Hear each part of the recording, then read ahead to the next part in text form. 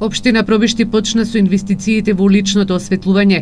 Градоначалникот Тони Тоневски вели дека во моментов се работи на поставување на улично осветлување по должината на новата пешачка патека и влезот и излезот на градот кон Штипи Кочани.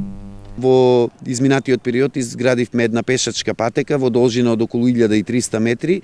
На целата таа должина ќе се постават околу 35 столба, кои што ќе осветлуваат и коловозната лента, меѓутоа и од другата страна ќе има светилки кои што ќе осветлуваат патеката која што води од градот кон индустријската зона каде што се наоѓаат повеќе производствени погони, меѓутоа и е пристапен пат до селото Стрмош.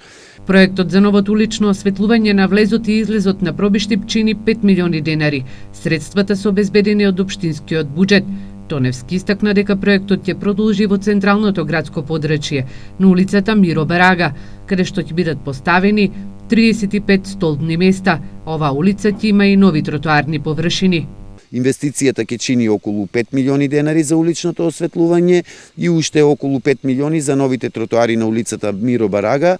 Тоневски забележа дека сите овие градежни активности за изградба на пешачка патека, ново улично осветлување и тротоарни површини чини околу 200.000 евра.